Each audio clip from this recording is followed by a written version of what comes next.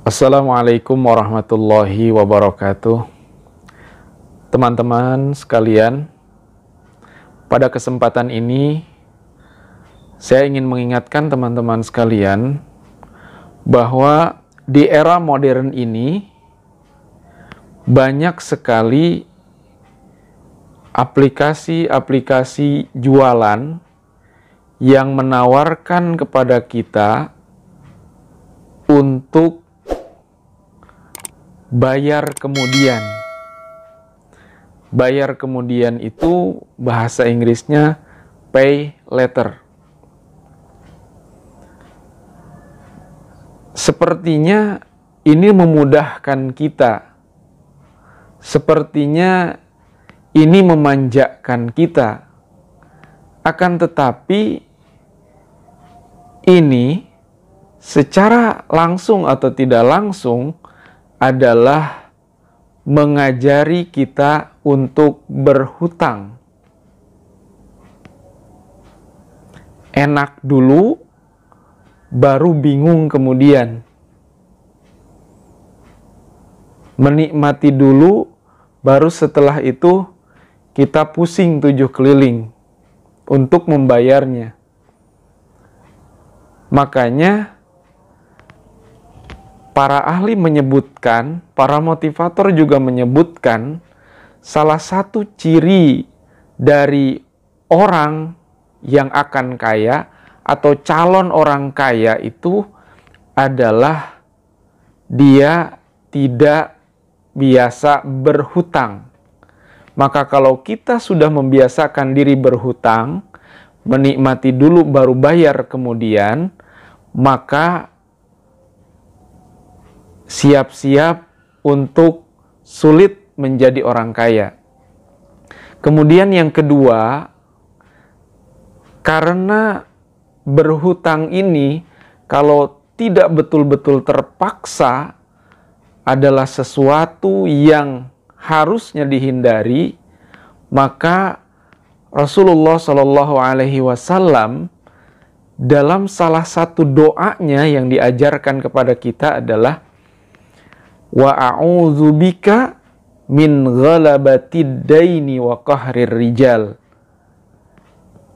Dan aku berlindung kepadamu ya Allah dari terlilit hutang dan paksaan orang-orang yang jahat. Dari sini saja sudah terlihat. Ini menjadi salah satu bagian dari doa Nabi yang diajarkan juga kepada kita agar kita menghindari untuk berutang. Sampai Nabi berdoa dan mengajarkan doa itu kepada kita agar memohon perlindungan kepada Allah dari terlilit hutang. Dan dari penelitian para ahli di zaman dahulu kala,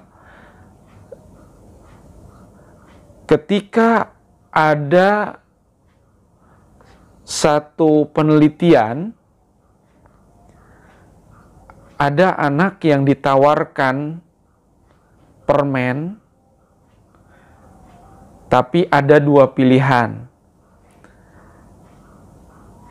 Si guru itu menawarkan, wahai anak-anak, kalau kamu,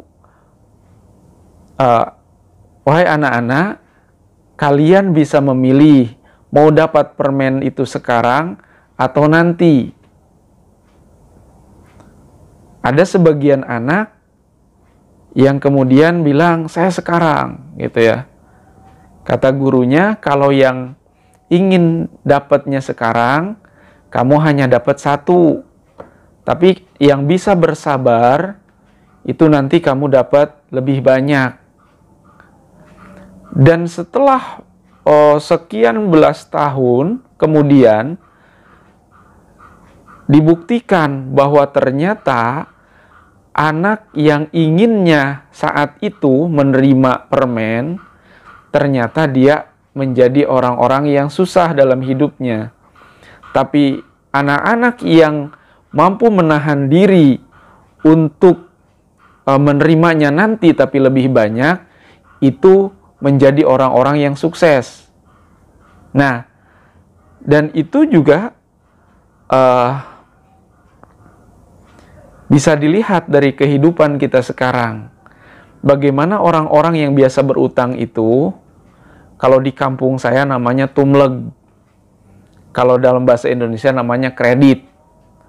Orang biasa mengambil barang dulu, kemudian dia baru mencicil. Atau ngambil barang dulu, kemudian dia bayar di belakang lebih besar dibandingkan dengan bayar kontan. Nah, orang-orang yang sukses itu tidak mau berutang, tidak mau mengambil barang dulu, kemudian nanti membayarnya, tidak mau menikmati dulu, kemudian nanti membayar lebih besar, akan tetapi dia mau untuk bersusah payah berproses mengumpulkan dulu, tapi nanti dia kemudian mendapatkannya secara sekaligus. Contoh beli rumah. Kalau beli rumah mencicil, maka penderitaannya itu bisa 10 tahun, 20 tahun ke depan. Setiap bulan kita berpikir bagaimana saya mencicilnya, dari mana saya untuk membayarnya, gitu ya. Tapi kalau orang yang dari awal sudah menyimpan, terus menabung, berinvestasi, mengumpulkan sampai dia dapat seharga rumah, kemudian dia membeli rumah itu secara cash, dan dia tidak berpikir lagi, dan dia tidak berpikir untuk mencicil rumah itu lagi, dan dia bisa memikirkan yang lain. Nah, kembali tadi, sekali lagi, kalau kita terlanjur seperti itu, paling tidak jangan pernah ajarkan anak-anak kita untuk berhutang. Jangan pernah kita ajarkan anak-anak kita untuk menikmati dulu sesuatu, kemudian bayar kemudian. Jangan pernah ajarkan anak-anak kita, walaupun dengan bahasa sekarang yang sudah lebih bagus, pay later gitu ya, membayar kemudian, tapi ingat selalu bahwa membayar kemudian itu, andai pun dia sama dengan harga sekarang, itu tetap berat rasanya. Kita enak mengambil sepertinya, kita tanpa harus bayar kita mengambil. Enak saja mengambil gitu ya. Enak saja menikmati, tiba-tiba pas dihitung besar. Andai pun membayarnya sesuai dengan harga yang ada, maka tetap berat. Apalagi pay later itu, membayar kemudian, berutang itu biasanya ada beban yang lebih berat dibandingkan dengan cash, membayar saat itu, kemudian menikmati saat itu. Ya, jadi intinya kalau mau sukses, kalau mau kaya, jangan biasakan berutang. Kalau mau enak, hidup nikmat, sakinah, tenang, jangan biasakan berutang.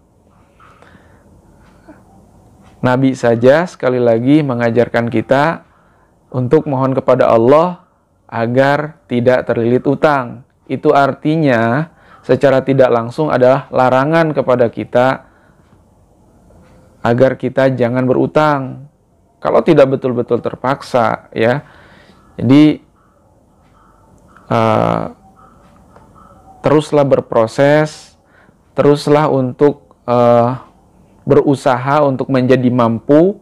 Setelah mampu baru kita beli. Mau beli motor silahkan cash, mau beli rumah silahkan gitu ya. Mau menikmati apapun, usahakan jangan berutang. Ya, itu saja yang bisa saya sampaikan. Mudah-mudahan ini bermanfaat untuk kita semua. Wabillahi taufiq wal hidayah. Wassalamualaikum warahmatullahi wabarakatuh.